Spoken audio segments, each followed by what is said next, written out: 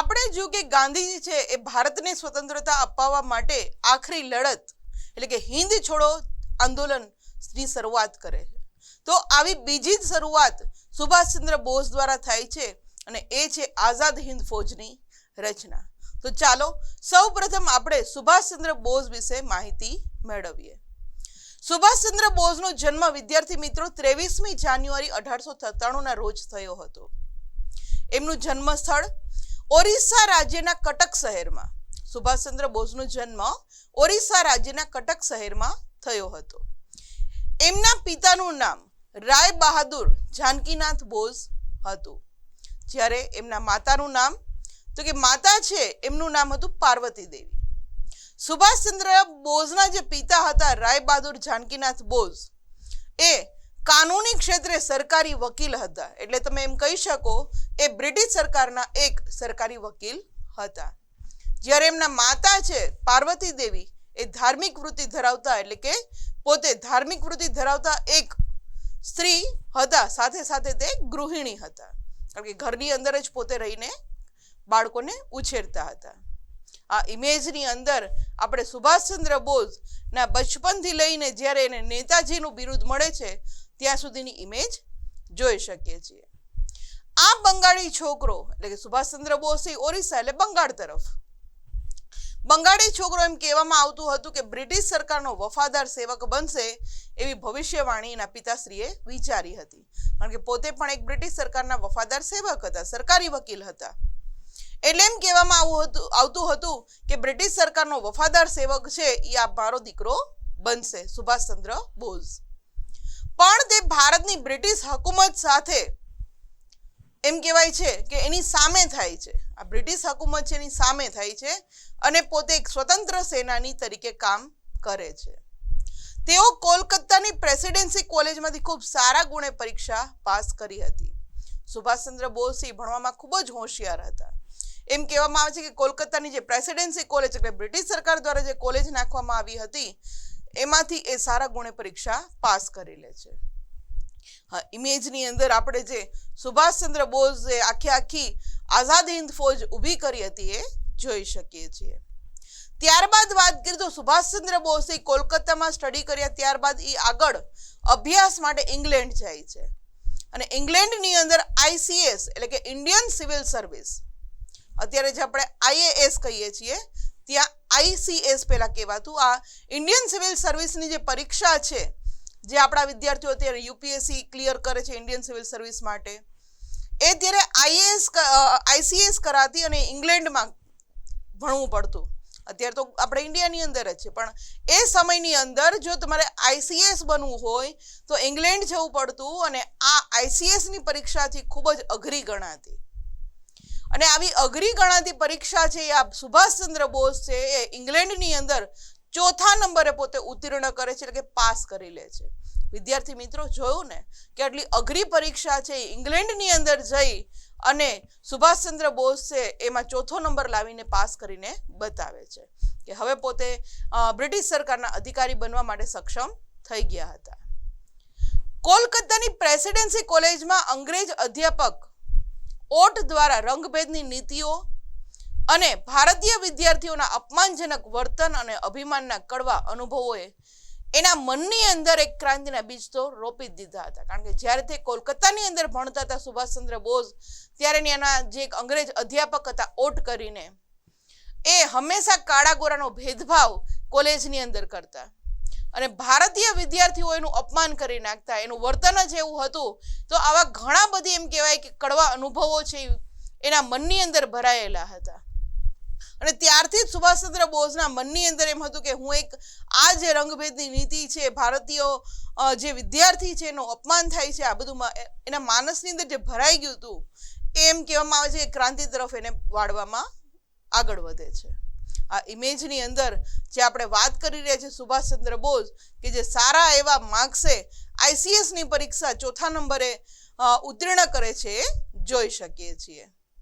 ત્યારબાદ વાત કરીએ સુભાષચંદ્ર બોઝની, તો ભારતના સ્વાતંત્ર્ય સંગ્રામમાં એમને ખૂબ જ રસ હતો કે હવે તો ભારતને આપણે સ્વતંત્ર કરવું જ જોશે. તેઓ હિન્દી મહાસભાના સક્રિય કાર્યકર્તા બની જાય છે. જ્યારે પોતે આઈસીએસ ક્લિયર કરી લે છે છતાં પણ પોતે એમ કહેવામાં આવે છે કે એ સેવા ઇન્ડિયન સિવિલ સર્વિસ સેવામાં નથી જોડાતા, પણ એ હિન્દી મહાસભામાં જોડાઈ અને એક સક્રિય કાર્યકર્તા બની જાય છે. ઈસવીસન 1923માં તેઓ રાષ્ટ્રીય સ્વરાજ પક્ષમાં જોડાઈ અને ટૂંક સમયમાં જ એમ કહેવામાં આવે છે કે યુવાનોના અતિ પ્રિય નેતા બની જાય છે. આ ઇમેજની અંદર જે આપણે વાત કરી રહ્યા છીએ સુભાષચંદ્ર બોઝ, કે જે ટૂંકા સમયગાળાની અંદર પોતે એમ કહેવામાં આવે છે કે રાષ્ટ્રીય સ્વરાજ પક્ષની અંદર જોડાઈ જાય છે અને યુવાન વયમાં જ દરેક યુવાનોના દિલના એ એક અભિપ્રિય નેતા બની જાય છે. ત્યારબાદ તો કે સવિનય કાનૂન ભંગની લડતમાં તેઓ મોખરે હતા. જે ગાંધીજીએ કાનૂન ભંગ કરવો પણ વિનય સાથે કરવો એની જે લડત ચાલુ કરી હતી એમાં પણ સુભાષચંદ્ર બોઝ ખૂબ જ આગળ પડતા રહેતા હતા, જેના માટે સુભાષચંદ્ર બોઝને પણ જેલવાસ ભોગવવો પડ્યો હતો. ઈસવીસન 1938માં માત્ર 41 વર્ષની યુવાન વયે હીરપુરા એટલે કે સુરતની અંદર, હીરપુરા ક્યાં આવેલું છે? સુરતની અંદર 41 વર્ષની વયે હીરપુરાની અંદર કોંગ્રેસ અધિવેશનના પ્રમુખ સ્થાને એમને નિમણૂક પણ આપવામાં આવી હતી. એટલી બધા એ લોકપ્રિય થઈ ગયા હતા કે આ એમ કહેવામાં આવે છે કે કોંગ્રેસ અધિવેશનની અંદર તો મહત્વ મોટા ભાગે જે બુઝુર્ગ હોય, જેને ખૂબ જ સારો એવો અનુભવ હોય એવા વ્યક્તિઓ છે એ પ્રમુખ સ્થાન લેતા હતા. પણ સુભાષચંદ્ર બોઝ ફક્ત 41 વર્ષના હોય છે અને આ સુરતના અધિવેશનમાં પોતે પ્રમુખ સ્થાને નિમણૂક પામે છે. આટલા બધી લોકપ્રિય પોતે હતા. આ ઇમેજની અંદર જે આપણે કોલકાતાની કોલેજ જે છે પ્રેસિડેન્સી કોલેજ એ પણ આપણે જોઈ શકીએ છીએ. ત્યારબાદ વાત કરીએ તો સુભાષ બાબુના વિચારો છે એ ગાંધીજીના વિચારો સાથે મેળ બેસતા નહોતા. કારણ ગાંધીજી છે એ અહિંસાની લડતમાં માનતા હતા કે શાંતિથી આપણે ધીમે ધીમે લડત લડશું અને આપણો દેશ છોડાવશું.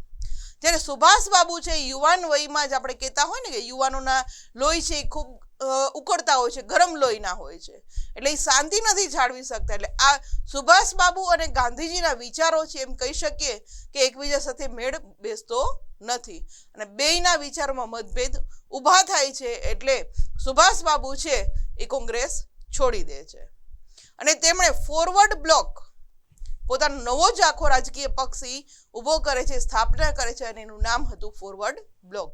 એટલે સુભાષચંદ્ર બોઝ ફોરવર્ડ બ્લોક નામના નવા રાજકીય પક્ષની સ્થાપના કરી છે. આ ઇમેજની અંદર જે એમણે નવો જ આખો પક્ષ ઊભો કર્યો હતો એ પક્ષની સાથે પોતે સુભાષચંદ્ર બોઝ આપણે જોઈ શકીએ છીએ. સુભાષચંદ્ર બોઝ એમ કહેવામાં આવે છે કે અવિરત સભાઓ સંબોધવી, દેશમાં પ્રવાસ કરવા, બ્રિટિશરો વિરુદ્ધ જનમત જાગૃત કરવાના આશયથી ઠેર ઠેર પ્રવાસો ખેડ્યા.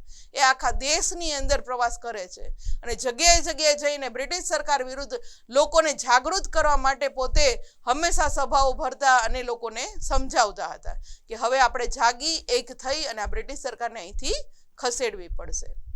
ઈસવીસન 1940માં હિન્દ સંરક્ષણ ધારાને આગળ ધરીને તેમની ધરપકડ કરીને સુભાષચંદ્ર બોઝને એમ કહેવામાં આવે છે કે જેલમાં પૂરવામાં આવ્યા હતા. કારણ શું હતું? બ્રિટિશ સરકારને એને એવું લાગે કોઈ આ રાષ્ટ્રીય નેતા છે, કોંગ્રેસનો નેતા છે કે કોઈ પોતાની દેશની સ્વતંત્રતા માટે કામ કરે છે, સભાઓ ભરે છે, એવું બ્રિટિશ સરકારને જ્યારે જોખમરૂપ લાગતું ત્યારે કોઈને કોઈ બહાના રૂપે આ રીતે એની ધરપકડ કરીને જેલમાં પૂરી દેતા હતા. તો આવી જ રીતે સુભાષચંદ્ર બોઝની ઈસવીસન 1940ની અંદર હિન્દ સંરક્ષણ ધારાને આધારે એમ કહેવામાં આવે છે કે આ હિન્દ સંરક્ષણ ધારાને આગળ ધરીને આ સુભાષચંદ્ર બોઝની ધરપકડ થાય છે અને એમને જેલમાં પૂરવામાં આવે છે. રાજકીય કેદી તરીકે તેમની સાથે અયોગ્ય વ્યવહાર થતા તેમણે આમંત્રણ ઉપવાસ કર્યા. કારણ કે પોતે એક રાજકીય કેદી છે અને જેલની અંદર જ્યારે પૂરવામાં આવતો ત્યારે એની યોગ્ય વ્યવહાર નથી કરવામાં આવતો અને હિન્દીઓ સાથે તો આમે યોગ્ય વ્યવહાર થતો જ નહોતો. અને એ ઉપરાંત આ સુભાષચંદ્ર બોઝ છે તો રાજકીય કેદી હતા એટલે એની અંદર છે એમ કહેવામાં આવે છે કે જેલની અંદર એની સાથે વ્યવહાર યોગ્ય રીતે નથી થતો, અયોગ્ય વ્યવહાર કરે છે, જેના કારણે થઈ અને સુભાષચંદ્ર બોઝ આમંત્રણ ઉપવાસ ચાલુ કરી દે છે. આ ઇમેજની અંદર જે સુભાષ બાબુ છે એને આપણે જોઈ શકીએ છીએ. તેમની તબિયત લથડે છે, કારણ કે આમંત્રણ ઉપવાસ ચાલુ કરે એટલે ખોરાક અને પાણી બેઉ છોડી દે છે, એટલે એની તબિયત લથડે છે, બગડી જાય છે, જેના કારણે સુભાષચંદ્ર બોઝને એમના નિવાસ સ્થાને જ નજરકેદ કરવામાં આવે છે. પરંતુ સુભાષચંદ્ર બોઝ શું કરે છે કે એના નિવાસ સ્થાને જ્યારે નજરકેદ કરે છે ત્યારે 28 માર્ચ 1942 રોજ પઠાણના છુપા વેશે કોલકાતાથી પેશાવર, કાબુલ, ઈરાન અને રશિયા થઈને બર્લિન પહોંચી જાય છે. બર્લિન એટલે કે હાલનું જર્મન. જોયું ને વિદ્યાર્થી મિત્રો, સુભાષચંદ્ર બોઝ કેટલા ચતુર હતા કે અંગ્રેજ સરકારને પણ પોતે માત આપી દે છે અને 28 માર્ચ 1942 દિવસે પોતે પોતાનો આખો એમ કહેવામાં આવે છે કે પરિધાન છુપો વેશ આખો ધારણ કરે છે, પઠાણ બની જાય છે અને ત્યાં કોલકાતાથી પોતે ભાગી જાય છે અને છેક જર્મન સુધી પહોંચી જાય છે. જર્મનીમાં જે ભારતીયો હતા એ તેમનું ઉષ્માભર્યું સ્વાગત કરે છે, કારણ કે ત્યાંના ભારતીયોને ખબર હતી કે સુભાષચંદ્ર બોઝ છે એ ખૂબ સારું ભારતને સ્વતંત્ર કરવા માટે કાર્ય કરી રહ્યા છે. આ ઇમેજની અંદર આપણે સુભાષચંદ્ર બોઝને કે જર્મની સુધી જે પહોંચી ગયા હતા એ જોઈ શકીએ છીએ. બર્લિન રેડિયો પરથી તેમણે પોતાના દેશવાસીઓને બ્રિટન સામે જેહાદ જગાવવા અનુરોધ કર્યો. બર્લિન એટલે કે જર્મનીનું જે રેડિયો સ્ટેશન હતું ત્યાંથી પોતે આપણા દેશવાસીઓને સંબોધે છે અને બ્રિટન સામે એટલે કે બ્રિટિશ સરકાર, બ્રિટન એટલે કે ઇંગ્લેન્ડ, એની સામે જેહાદ એટલે કે હવે તો આપણે મુક્તિ મેળવવી છે એ માટે પોતે અનુરોધ કરે છે. અને જર્મનીમાં હિટલર સાથે ભારતની આઝાદી વિશે પણ પોતે ચર્ચા કરે છે કે હિટલરને મળે છે અને કહે છે કે ભારતને આઝાદ કરવા માટે પણ તમે અમારી મદદ કરો. તેની પહેલા તેઓ રોમ અને પેરિસમાં પણ સ્વતંત્ર ભારતને લગતા લશ્કરી એકમો સ્થાપીને 3000 ભારતીયોની ભરતી કરી હતી કે આપણું પણ એક વિશાળ સૈન્ય બનાવીએ ભારતીયોનું અને પછી આપણે આ બ્રિટિશ સરકાર સામે લડત આપી શકીશું. આ ઇમેજની અંદર આપણે જે હિટલરની વાત કરી રહ્યા છીએ કે હિટલરને પણ સુભાષચંદ્ર બોઝ મળ્યા હતા જર્મનીની અંદર અને ભારતની આઝાદી વિશે એમની પણ મદદ માંગી હતી, એ જોઈ શકીએ છીએ. ત્યારબાદ વાત કરીએ તો ભારતમાંથી છટકીને જાપાનમાં વસેલા હિન્દી ક્રાંતિકારી નેતા હતા રાસબિહારી બોઝ. એ બધા મંડળોને સાંકળતી એક સંસ્થા ઇન્ડિયન ઇન્ડિપેન્ડન્સ લીગ નામે મધ્યસ્થ સંસ્થા સ્થાપે છે, કારણ કે ભારતમાં ક્રાંતિકારી પ્રવૃત્તિ કરે છે અને જો આ બ્રિટિશ સરકારના હાથમાં આવી જાય તો બ્રિટિશ સરકાર એક જ કામ કરતી હતી કે ફાંસીએ લટકાવી દે. એટલે એવા જ આ એક રાસબિહારી બોઝ છે એ શું કરે છે કે ઇન્ડિયન ઇન્ડિપેન્ડન્સ લીગ નામની મધ્યસ્થ સંસ્થાની પોતે ભારતમાંથી છટકીને પોતે જાપાનની અંદર આખી એક સંસ્થાની સ્થાપના કરે છે. સુભાષ બાબુએ ભારતની સ્વતંત્રતા માટે આઝાદ હિન્દ ફૌજ ઊભી કરવાનો નિર્ણય કર્યો કે આપણે એક આખી ફૌજ તૈયાર કરીએ અને પછી આપણે બ્રિટિશ સરકાર સામે આપણે મોરચો માંડીશું. આ ઇમેજની અંદર સુભાષચંદ્ર બોઝ કે જે આઝાદ હિન્દ ફૌજના રચયિતા છે એ જોઈ શકીએ છીએ. આ પરિષદ જુદા જુદા દેશમાં વસતા હિન્દીઓ જેવા કે મલાયા, જાપાન, ચીન, સુમાત્રા, જવા, હોંગકોંગ, બર્નિયો, અંદમાન, બ્રહ્મદેશ, મ્યાનમાર વગેરે જગ્યાએથી 100 જેટલા પ્રતિનિધિઓએ હાજરી આપી હતી.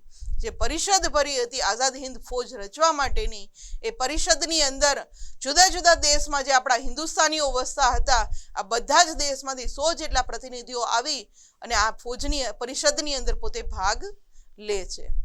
અને જાપાનના હાથમાં યુદ્ધ કેદી તરીકે પકડાયેલા જે આપણા મોહનસિંહ હતા એ પણ આ પરિષદની અંદર હાજરી આપે છે. અને રાસબિહારી બોઝ પરિષદમાં પ્રમુખ તરીકે ચૂંટાય છે, કારણ કે રાસબિહારી બોઝે જ પહેલા સ્થાપના કરી હતી એટલે પ્રમુખ તરીકે કોને મૂકવામાં આવે છે? રાસબિહારી બોઝને. આ ઇમેજની અંદર જે આપણે રાસબિહારી બોઝની વાત કરી રહ્યા છીએ કે જેણે આ પરિષદની સ્થાપના કરી હતી એ જોઈ શકો.